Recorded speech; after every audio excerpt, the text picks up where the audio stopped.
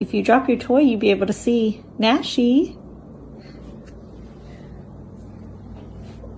Waylon, why are you pushing that all the way down there? Huh? Say. Look.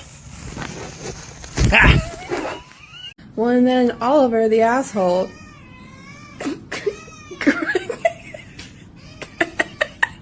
grabs her by the neck and just drags her away. Oh my god.